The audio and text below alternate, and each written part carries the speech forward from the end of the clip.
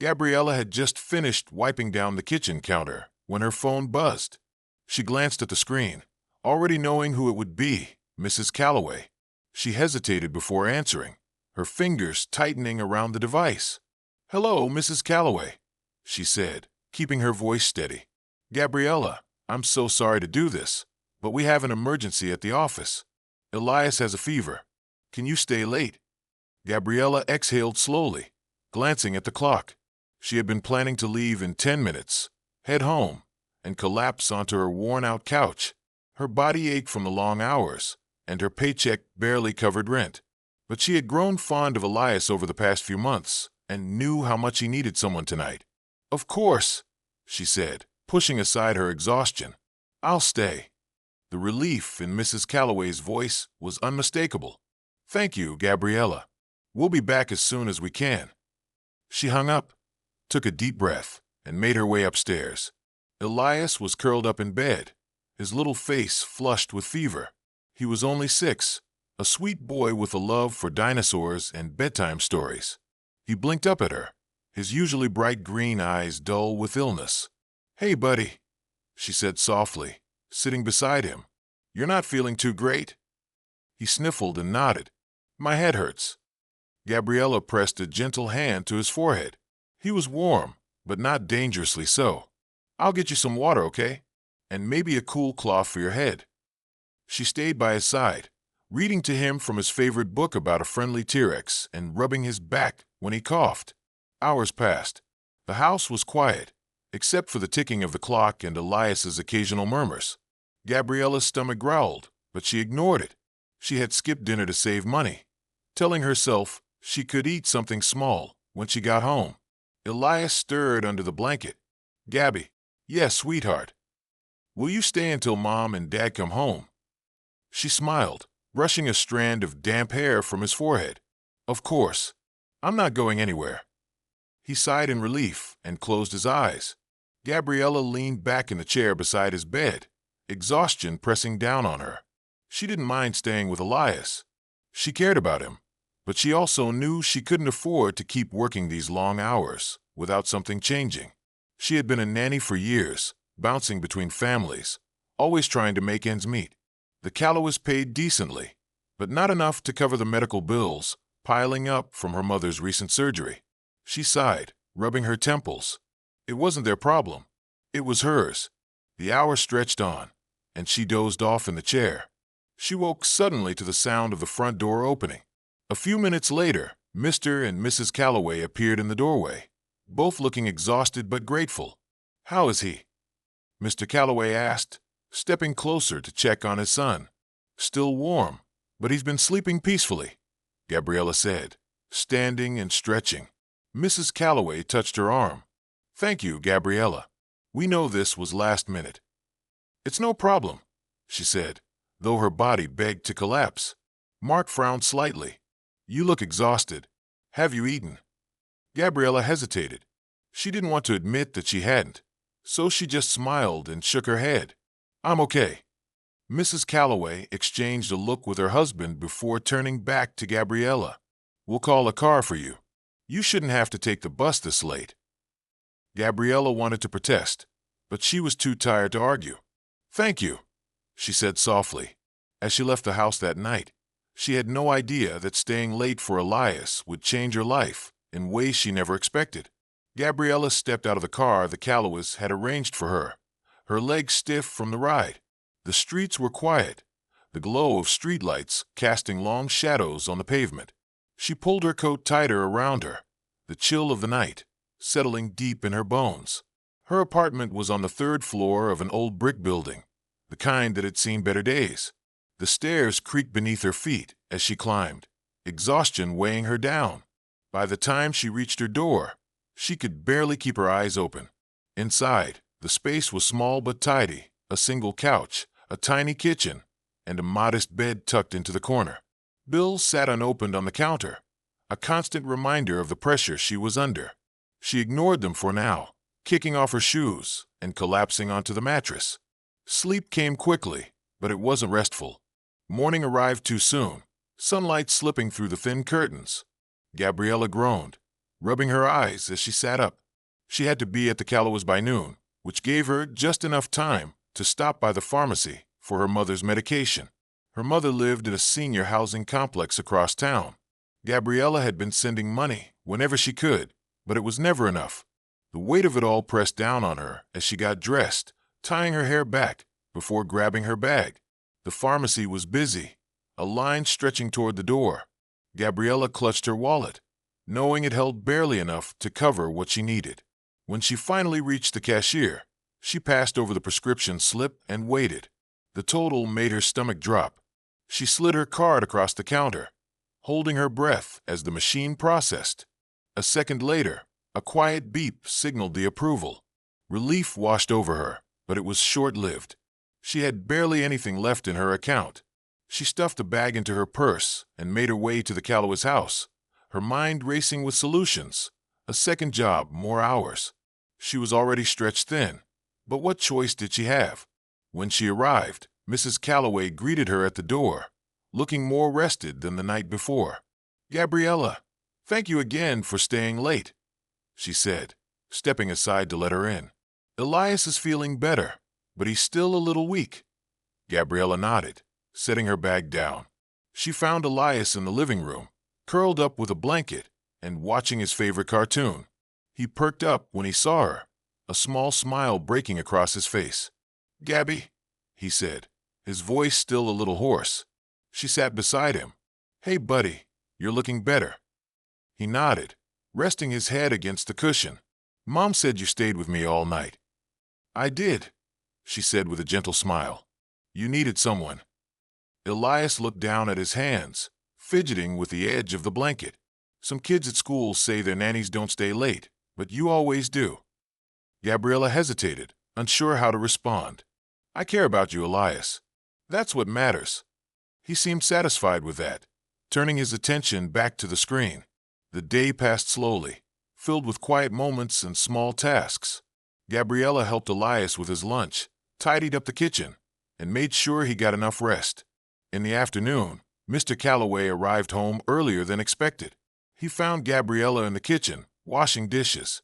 "You've been with us for a while now," he said, leaning against the counter. Gabriella glanced at him, sensing there was more to his words. He studied her for a moment before speaking again. "We've noticed how much you do for Elias. You go beyond what most nannies would." She dried her hands on a towel, unsure where this was going. "I just want to make sure he's okay," Gabriella said. Mr. Calloway nodded. "And that's exactly why we want to talk to you about something important." Gabriella's heart began to race. She had no idea what was coming next, but she had a feeling it was going to change everything. Gabriella set the towel down slowly, her fingers tightening around the fabric as she studied Mr. Calloway's expression. There was something deliberate in his tone, something that made her pulse quicken. He didn't seem upset, but there was an air of finality in the way he spoke, as if a decision had already been made. She forced herself to stay composed. "What is it you wanted to talk about?" He motioned toward the kitchen table. "Why don't you sit for a moment?" Unease crept into her chest, but she obliged, easing herself into one of the chairs. Mr. Calloway pulled out the chair across from her, resting his hands on the surface between them. "Mark and I have been talking," he began, his voice steady but thoughtful. "We've seen how much you care about Elias, and more than that, we've seen how much he cares about you." Gabriella kept her hands in her lap, resisting the urge to fidget. "I care about him a lot," she admitted. "He's a wonderful kid." Mr. Calloway nodded. "That's exactly why we wanted to have this conversation. We're grateful for everything you've done, but we also realize that we might not have been seeing the full picture." She stiffened slightly. "I'm not sure I understand." He exhaled, leaning back.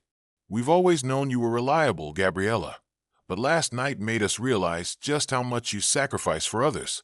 You stayed here without hesitation, long after your shift ended. You didn't ask for extra pay or complain about the hours. And then when I asked if you had eaten, you just brushed it off." Her stomach twisted. She hadn't thought much about it at the time. She was used to pushing through exhaustion.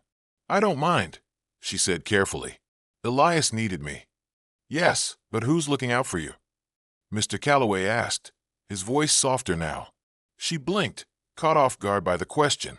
Before she could respond, Mrs. Calloway entered the room, her expression warm but serious. "Mark filled me in," she said, taking the seat beside her husband. "We want to know how you're really doing, Gabriella. And we want the truth." Gabriella's throat felt tight. She had spent years avoiding conversations like this, always assuring people that she was fine. But now, under the weight of their earnest concern, she felt something crack. "It's been difficult," she admitted, the words feeling foreign on her tongue. "I love working with Elias, but I've been struggling to keep up with everything else. My mother's medical bills have been piling up, and I've been trying to cover them while still managing my own expenses."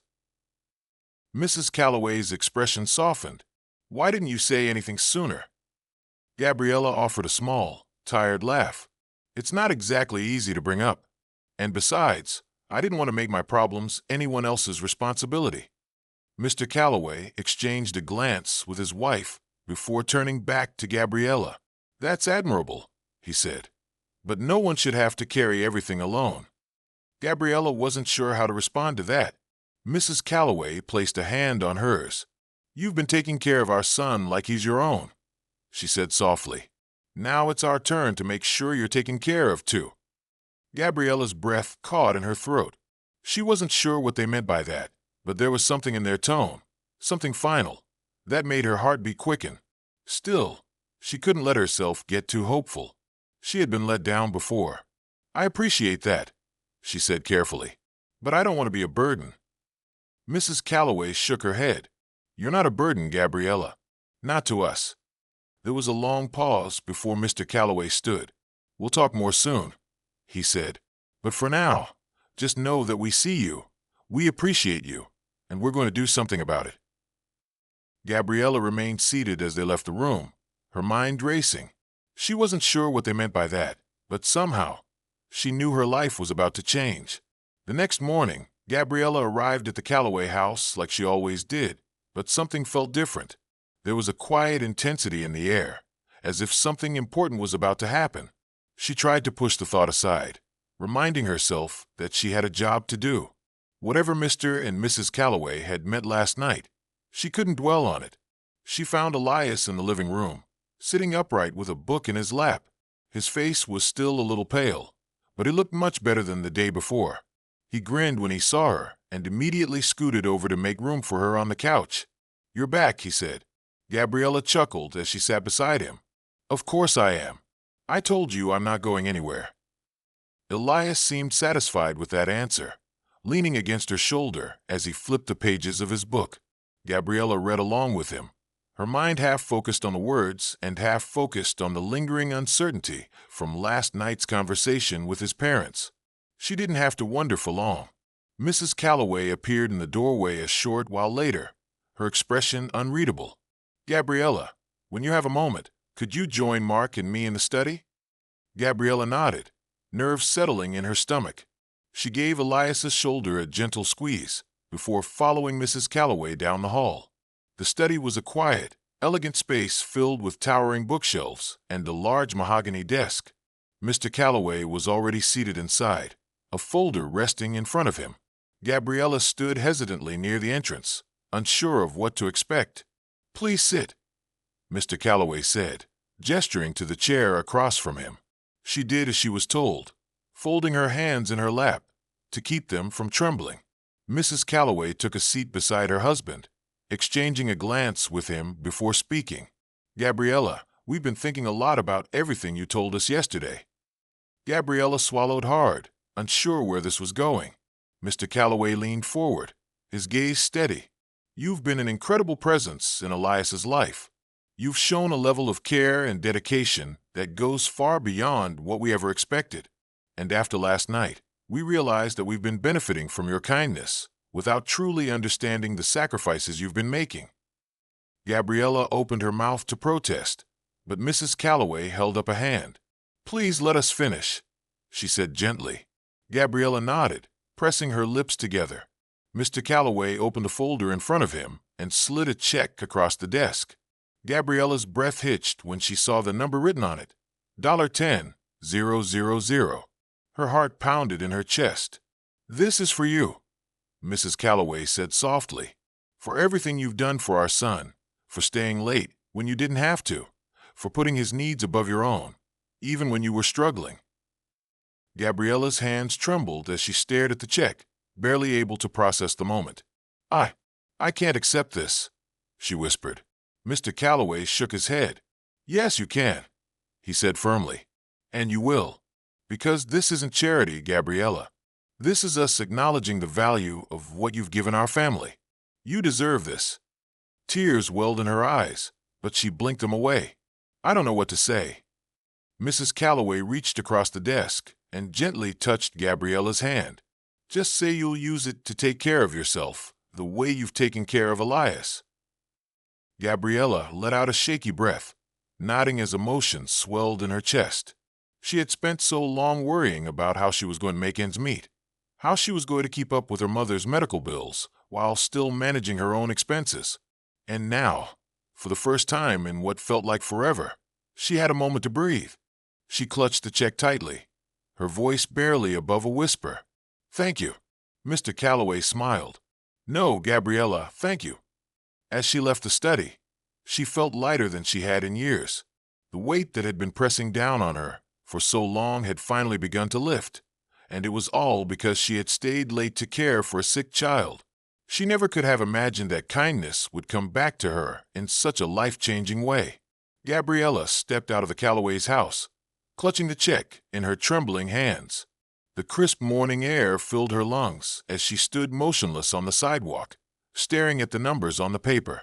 It felt surreal, like she had stepped into someone else's life.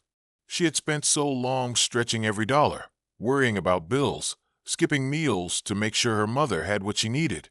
And now, for the first time in years, there was a solution, something more than just another exhausting cycle of making do. As she walked home, her mind spun with possibilities. She could pay off the medical bills that had been looming over her. She could afford groceries without calculating every cent. Maybe she could even take a deep breath without the weight of financial anxiety pressing on her chest. When she reached her apartment, she sat at the small, worn-out table in her kitchen, placing the check in front of her. The sight of it alone felt like a promise of something better, but she knew she had to be careful. This wasn't an endless supply of money. It was a lifeline, but only if she used it wisely. She pulled out her phone and dialed her mother's number. It rang a few times before a familiar, tired voice answered. "Gabriella, sweetheart, is everything all right?" Gabriella gripped the edge of the table. "Mom, I have some good news." A pause. "Good news." She took a steadying breath. "I'm paying off your remaining medical bills." Her mother inhaled sharply. "Gabriella, no. You've already done too much. I won't let you put yourself in more trouble for me." A small smile tugged at Gabriella's lips. "Mom, I promise you, this time it's okay. I got some unexpected help, and I can finally do this. No more late notices. No more stress. It's taken care of." Silence stretched between them before her mother's voice wavered. "You don't know how much this means to me." Tears pricked Gabriella's eyes. "I do. And I want you to stop worrying, all right? You can just focus on getting better." Her mother exhaled, relief evident even through the phone. "I don't know how I got so lucky to have you." Gabriella blinked away the emotion welling in her chest. "I think we're both lucky." After hanging up, she wasted no time. She called the hospital, settled the outstanding balance, and for the first time in what felt like forever, she let out a breath without the weight of debt pressing down on her. The rest of the day passed in a blur. She picked up groceries without counting every item, stocked up on necessities, and even allowed herself the small luxury of a fresh loaf of bread from the bakery down the street. As she carried her bags up to her apartment, something inside her shifted. She had spent so long surviving that she had forgotten what it felt like to live. That evening, she sat on her couch, a cup of tea warming her hands, and allowed herself to imagine something she hadn't dared to in years: the future. She had always loved working with children, but being a nanny had never been meant to be permanent. What if now that she had some breathing room, she could take the next step? The thought lingered in her mind as she drifted off to sleep, for the first time in years, feeling like tomorrow might bring something more than just another struggle. Over the next few weeks, Gabriella found herself adjusting to a new reality. She still worked for the Calloways, still cared for Elias with the same devotion, but something had changed. She no longer woke up in the middle of the night, panicked about bills. She no longer hesitated before buying groceries or worried about whether she could afford the bus fare. And with that newfound stability came something even more surprising opportunity. One afternoon, when Gabriella arrived at the Calloway's house, Mrs. Calloway greeted her with a thoughtful expression. "I wanted to ask you something," she said as Gabriella set her bag down. Gabriella nodded, curious. "Of course." Mrs. Calloway gestured for her to follow her into the sitting room. "Mark and I have been discussing something, and we wanted to know if it would interest you." Gabriella perched on the edge of the couch, waiting. "You have a gift, Gabriella," Mrs. Calloway continued. "Not just for taking care of children, but for understanding them, the way you connect with Elias, the way you make him feel safe and supported. That's something special." Gabriella felt a warmth spread through her chest. "I love working with him," she admitted. Mrs. Calloway nodded. "That's why I wanted to ask, have you ever considered becoming a teacher?" Gabriella blinked. The thought had crossed her mind before, in fleeting moments of daydreams, but she had never allowed herself to truly consider it. I've thought about it." She hesitated, unsure of how to respond. "But I never really believed it was possible. College tuition, the time commitment, I've always been too focused on just making ends meet." Mrs. Calloway smiled knowingly. "That's understandable, but things are different now, aren't they?" Gabriella exhaled, realizing the truth in those words. She wasn't drowning anymore. She had options. "I suppose they are," she admitted. Mrs. Calloway's expression softened. "I happen to know a few people on the board of a local early childhood education program. If you're interested, I could introduce you to them." Gabriella's heart pounded. The idea terrified her, but it also lit something inside her she hadn't felt in years: hope. "Do you really think I could do it?" she asked, her voice quiet. Mrs. Calloway reached for her hand, squeezing it gently. "I know you can." Gabriella swallowed the lump in her throat and, for the first time in a long time, allowed herself to believe it too. Over the next few months, she took the first steps toward something new. She met with people in the education field, learned about the requirements, and slowly started piecing together a plan. She still worked for the Calloways, still cared for Elias, but now there was a future ahead of her, one that she was finally allowed to dream of. And it had all started with one simple act: staying late for a sick child. Life had a way of bringing things full circle, and for the first time in as long as she could remember, Gabriella knew she was exactly where she was meant to be.